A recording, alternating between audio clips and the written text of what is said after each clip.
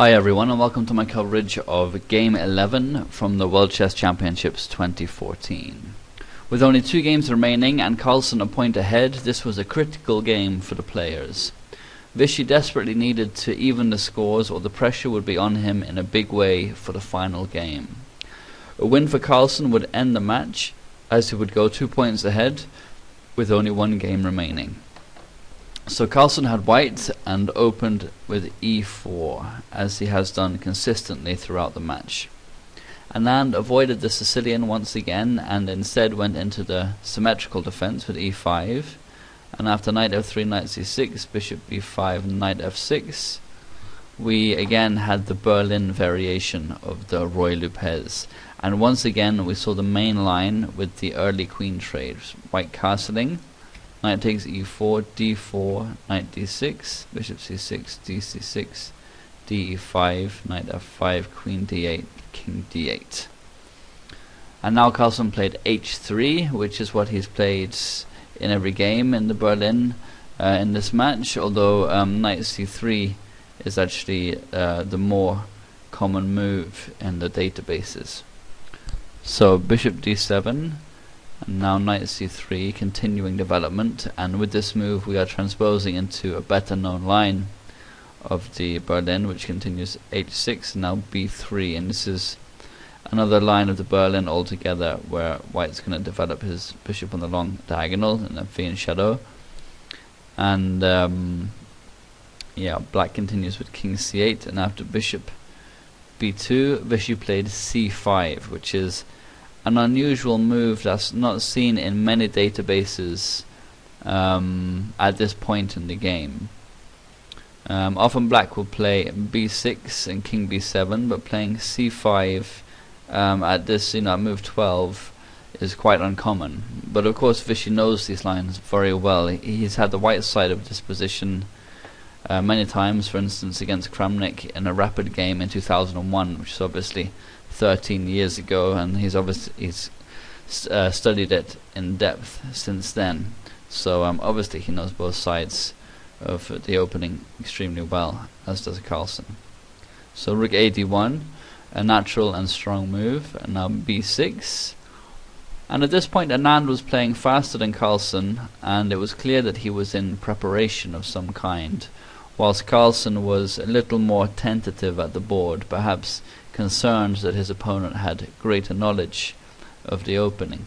So now he played rook f e1, which is just completing development, and as always everything is very harmonious and working smoothly. White doesn't have any direct threats yet, but he has more space to work with and therefore greater freedom. So it's safe to say that white has a small edge here and is going into exactly the kind of middle game that Carlsen loves to play. It's equal but playable, and there's some imbalance. So Anand continued with bishop e6 because he wants to play king b7, but that's going to drop the bishop if he does it straight away. And this is an excellent post for the bishop. It's supporting play on both sides of the board, and it's playing a defensive role. And Anand has made sure that it's not easy to dislodge the bishop, because there's no knight g5 or no knight d4 in order to attack it. So Carlsen continued with knight d5, and this is a good centralizing move, one of the threats of which is knight f4 to annoy this bishop. So Anand played g5 to prevent that. It looks like a kind of a dangerous move, weakening this diagonal, weakening some squares on the f file, and also on the h file. But this is probably the strongest way to play it. So Carlsen continued with c4, cementing this outpost. So if black's going to be allowed to have this powerful bishop on e6, white wants something similar. And this knight outpost on d5, supported by the pawn, supported by the rook, is very nice for sure. So king b7, and Anand is just continuing with his plan. And now Carlsen played king h2, and effectively this is a waiting move to see what Anand is planning. So a5 is what he played. He wants to play a4 with counterplay, so Carlsen answered with a4 himself, just stopping that in its tracks, creating a bind on the b5 square. So Anand now played knight e7, and he's seen that this knight will be better posted on g6, especially after Carlsen's next move, g4. So knight g6, and the reason Carlsen has played g4 is to tie down these squares a little bit, make it harder to play f5, and also so he can continue with king g3. And there are all kinds of ideas here. This supports f4 and h4, and it's just generally another sound positional move from Carlsen. It gets out of the way of the rook as well, and yeah, controls these key squares, which will become important later, but Carlsen sees that they're going to be relevant to the game and to the position, so that's why he plays the move now. So bishop e7 from Vishy, just completing development, and guarding the f6 square, which is, you know, quite a glaring hole in the black position after this g5 push. And so Carlsen now played to exploit that hole with knight d2, and the idea is knight e4, and then f6 is attacked by both of the knights, and it's also supported by the bishop, so definitely it makes very good positional sense, and Carlsen makes this kind of play look very easy, but if you try and play this way in your own games, it often at least feels much harder than Carlsen makes it feel and makes it look. It's all very smooth and very natural. So rook h d8, and you may be wondering why black isn't playing c6 to evict the knight on d5, and obviously it's a strong piece, and in some respects it's a valid question, and perhaps it's part of Anand's preparation, is really the only explanation I can come up with. The king can also be quite useful on the c6 square, and playing c6 weakens d6, which, you know, there's a pawn here, the knight can come to d6 quite easily, so that could be something to do with it as well. So Carlsen continued with knight e4 anyway, and this move threatened to win a pawn, so now the knight is defended again by the rook, and this is just continuing to improve his position, and there are ideas here like knight takes e7, knight takes e7 and f4, and this is one of the benefits of having the king on g3, is that it's supporting this play, because black has created a kind of a bind on this area of the board, so if white can challenge that, then he's happy. And you know, white is playing in the center for now, but ultimately he should be aiming to mobilize his pawn majority here on the king side too, and this is one of the reasons that Vishy is played this way with g5, knight g6, just to hold white back for as long as possible. So yeah, there's this threat of knight takes e7 and f4, so Vishy stopped that now with bishop f8, and Carlsen continued with the plan of establishing the knight outpost with knight e f6, and now white again has the option of playing f4. If he does that on the move before, there's bishop takes d5, and after the recapture knight takes f4. After this move there's a knight supporting d5, so bishop d5, knight d5, and there's no taking on f4 because the knight and the king is controlling it. And you know, it's a fairly even position despite the imbalance. White has maintained the space advantage, but the threat of f4 is not critical, and he has no clear-cut way to break through or create a winning attack, and this means that Anand now has a chance to try something, and he came up with a very nice idea. If you want to try and spot it, then stop the video now.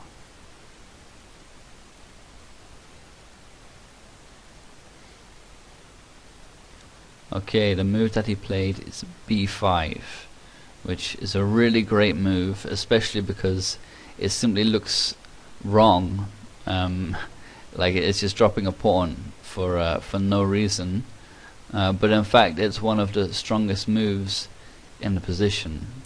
So what is Vishy up to? It appears, as I said, that he's simply giving up a pawn, but no matter how white takes it, black will get the pawn back with activity and counterplay.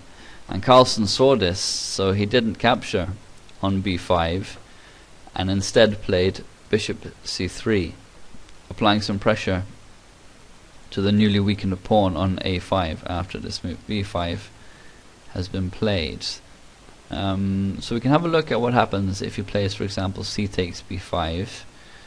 Now he can play c6, and this is going to get the pawn back, because if the knight moves, then bishop takes b3 is possible now that this pawn has moved out of the way.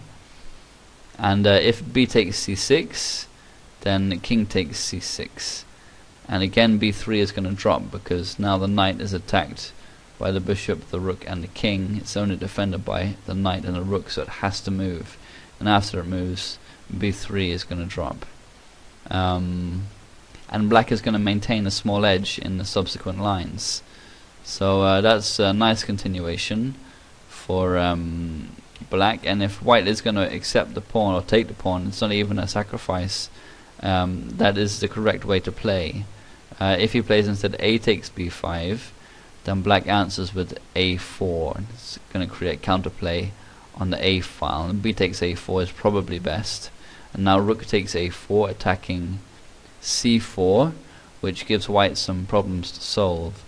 Knight e3 isn't working, because then the bishop is attacking c4 as well, so it's attacked twice and defended once, so it's just going to drop. And you know, after the trades there, black is at worst equal with activity, whereas if knight c1, then black can play knight f4. It's threatening to win a pawn on d5 just by exchanging. And actually white can't do anything about that. So we can see just how effective a little bit of counterplay can be. If knight takes f4 here, and g takes f4, king takes f4, rook d2 is good, is forking the bishop, and f2. So for example, bishop c3, rook takes f2, king g3, and now rook fa2 is best, and still the pressure is on c4, and black is doing totally fine here, even has a small advantage. So he can't actually accept the pawn, or I mean, as I said, it's not a sacrifice, but he can't take the pawn. Well, I mean, he can take it, but it's best not to. So this is why Carlsen plays bishop c3. And so the advantage in playing this move for Vishy is that he can now play b takes a4. And after b takes a4, he creates a couple of fixed weaknesses to attack, and he also opens the b file for counterplay. And the first thing that he wants to do is to play king c6. And the idea is to play bishop g7 and exchange on f6. And if knight takes, then bishop takes c4. And if e takes, then again bishop c4, dc4, and bishop d5, cd5, and rook d5 is going to win a pawn that way. So yeah, the threat is to win a pawn here. So it depends on how white plays. When that's a threat, obviously white has a move. So Carlsen played at king f3, and he's going to bring the king to e4 to defend d5. It's very dynamic and strong play, and it's also the move that the engine recommends on high depth. So I mean, it's very advanced kind of play. You know, g4, king g3 to support these pawn breaks, and also then king e4 right to the center of the board in order to support the central play. It's the kind of thing that you would hardly ever see in club level play. So it's a very nice continuation. And this move, king f3, is also the move the engine recommends on high depth. And it's interesting to see why, for example, moves like rook b1 aren't advised. You know, taking the open file, it just looks very tempting. So now, yeah, black can continue with the plan I mentioned. Bishop g7, and if, for example, rook b5, bishop f6, ef6, bishop d5, cd5, rook d5, and black is better here. Bishop takes a5 is not advisable due to knight f4 to stop rook c1, or it's going to be knight e2 check, winning a full rook, and then he can play rook d4 next, attacking a4, and it's a big advantage very suddenly to black. So white has a very nice position here, but he has to be extremely careful. One slip and everything is gone. So yeah, I mean it's down to Carlsen to play it accurately, but obviously he's the world champion, so we should expect nothing less from that. Although he is human, he does make mistakes sometimes, and we're at an advanced stage of the match where blunders are more likely. So Vishy is putting up an extremely good fight here and playing very, very well. His b5 move is showing that he's playing dynamically. He's seeing deep into the position, and yeah, he's playing with flair. So he now continued with rook b d8, and he takes the file that he's played to open, and it's actually uncertain whether this is the best move. Some of the engines were giving bishop e7 as best, which has the same ideas as bishop g7, taking on f6 and winning a pawn on d5 or c4. And indeed there is an edge to black with this idea in mind, but Anand, when asked about it in the press conference afterwards, said he felt that there was nothing really tangible for black in this line, and indeed it seems that he was right, in contradiction of the engines. A sample line, for example, goes knight e3 to avoid the loss of the pawn, and now, for example, bishop takes f6, e takes f6, rook d1, and rook b8, with the threat of rook b3, which is strong.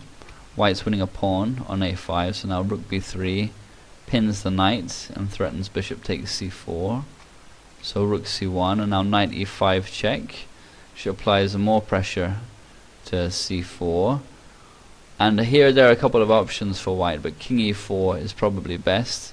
And now knight d3, forking the rook, and f2. So rook c2, and black is getting big activity for the pawn, and more than enough compensation after rook a3, with the idea of knight b4 and just rook takes a4. For the moment the rook's tied to defending the knight. So knight d5 appears to be best for white. Bishop takes d5, e takes d5, king d6, and white's got to find all of the right moves to stay in the game, but it seems that after bishop c3 Anand's judgment is correct, and that there's nothing more to play for here, and that it's an equal endgame. After knight takes f2, rook takes f2, rook takes c3, and then for example rook a2, rook c4 check, king d3, rook d4 check, king takes c3, king d5, king takes d5, and now a5. And this a pawn is actually the only thing saving black, but it's only going to secure the draw. Not saving white, sorry, but it's only going to secure the draw. As you can see, black's a pawn up here, but it appears anyway at pretty high depth that this is a draw, and therefore that it was an amazing instinctual decision on Anand's part, because all of the engines and the pundits and kibitzers watching were screaming out for bishop e7 instead of what he played, rook d8. However, as it turned out, this was the correct and best play, and he should have played this line. Black has no way to play for anything more. Anand's move, rook db8, hands the edge to Carlsen, because he can continue with king e4, and he's steadily improving his position, and especially so after Anand played the next move, rook b4, which is a daring, risky, but ultimately incorrect and inexact continuation. He's giving up the exchange here, clearly, and Carlsen was more than happy to snap it up. The bishop takes b4, and it's the best way to accept the exchange. Accepting it with the knight instead is dropping c4 after black recaptures on b4, and then just plays bishop takes c4 because the bishop has to move. It was on c3. So c takes b4 is how Anand recaptured, and this is a move that's against general principles, because you should capture towards the center, and particularly here because it would apply pressure to a4, but Anand wants to give this bishop on f8 some scope. Yeah, so I mean, what does black get for this exchange sacrifice? He gets the dark squares for one thing for his bishop. He may be able to attack e5. He gets a pass pawn on b4, and if he just had one extra move, then he might be able to get a winning advantage here. And the question for Carlsen is, how does he exploit being the exchange ahead? He has to take advantage of it immediately, or black is going to get the advantage here.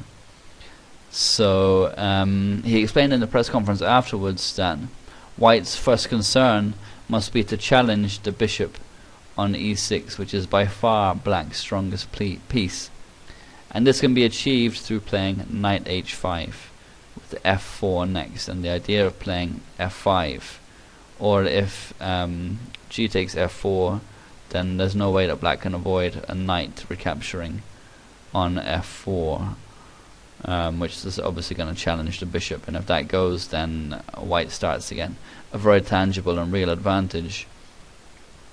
So Anand played king b7, and what I meant was, if he had one more move, he can start to get an edge or an advantage here, is if he can play bishop d7. For example, if he could play that now, if he had two moves in a row, with a threat of taking on a4, and suddenly black is starting to get the edge in the position despite being the exchange down. He doesn't even have a pawn for the exchange, but the nature of the position is such that the advantage would be with a black. However, white has the move, and Carlsen found the strongest way to play straight away with this knight h5 idea. So f4, g takes h, d takes f4, knight h takes f4, and now knight takes f4, which is an inaccuracy from Anand.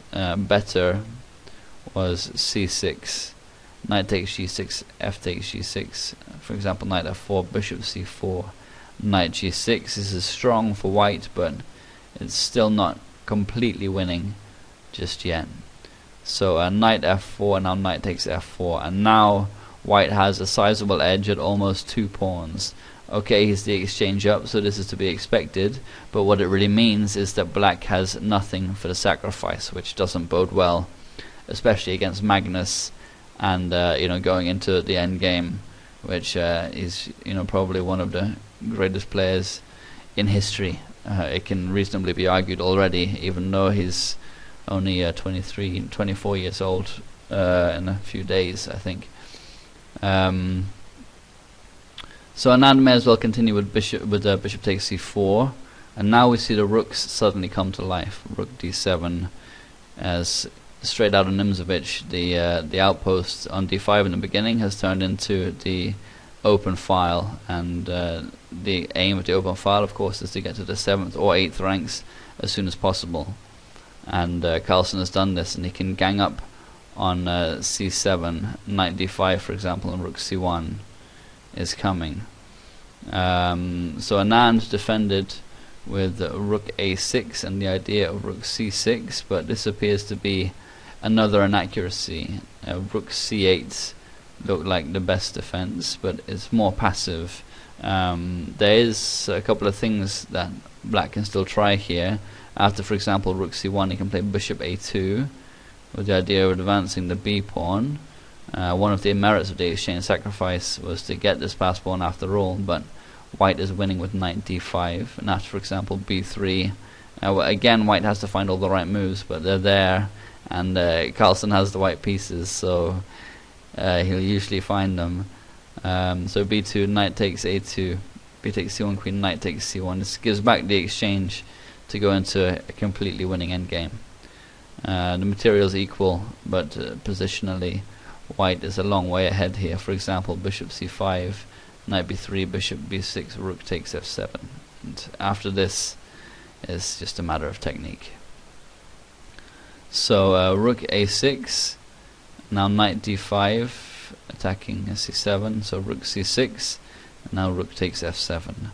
As usual, Carlsen plays the endgame with great accuracy and finds the strongest plans almost immediately. And both players were down to about 7 or 8 minutes at this stage, but we're at move 35, so it's not too much of a concern.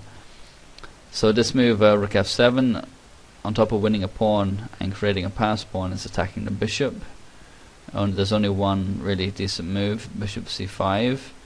Now a nice tactical shot, rook takes c7. It's forcing the rooks off with a tactical idea. Rook takes c7 is forced, so now knight takes c7, and if king takes c7, then rook c1 is getting the piece back. It's attacking c4. If it moves, then rook takes c5 would check. So it's a very nice trick from Carlsen. I like Capablanca. He's a positional player, but he can put the icing on the cake with tactical shots, which is also how Fischer played sometimes. Mostly he was a tactical player, but I mean all great players can play this way. But it's very nice to see positional play, finish with tactics. So Vishy played instead king c6 to prevent knight d5, which would be best. So Carlsen played knight b5.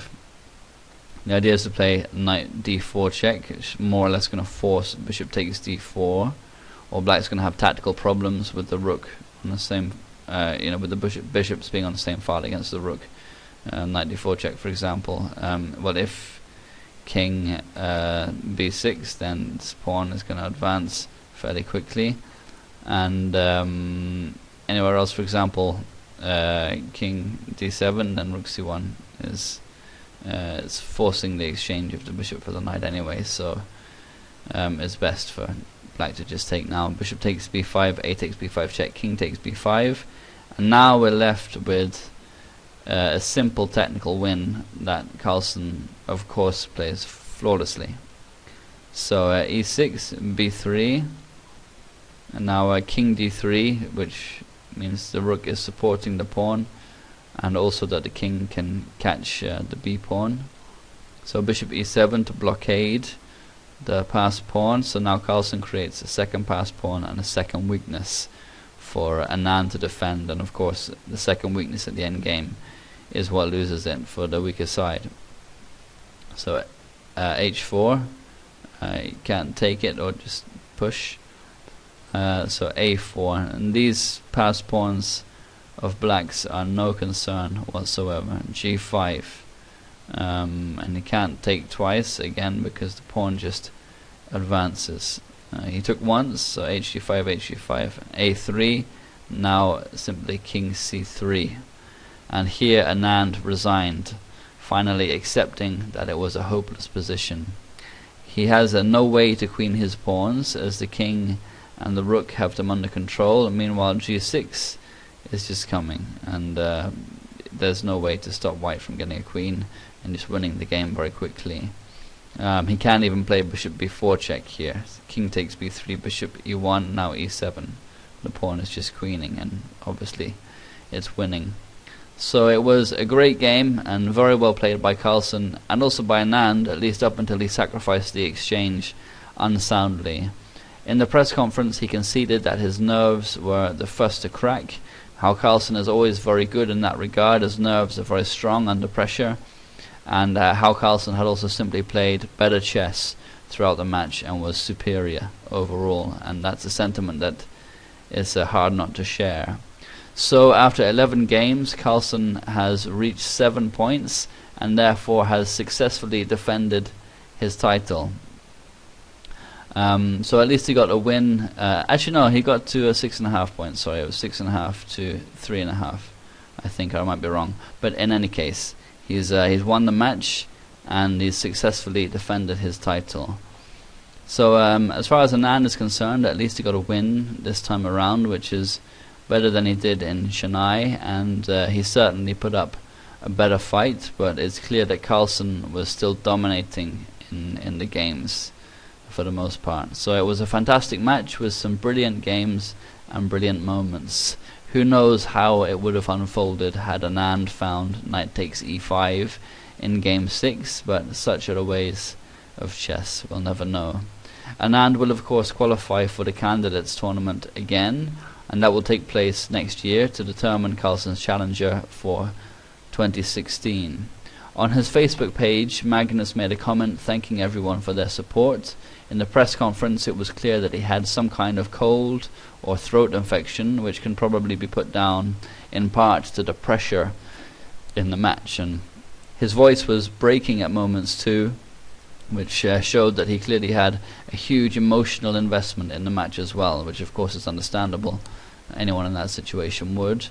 And naturally he was all smiles after the victory, which was great to see. He's a great champion, and I'm sure he'll be celebrating tonight. So we can only offer our condolences to Anand. Whatever happens, he's already secured his place in chess history as one of the modern greats, so he shouldn't be too heartbroken. So that's it for now. I hope you enjoyed the coverage. Thanks for watching.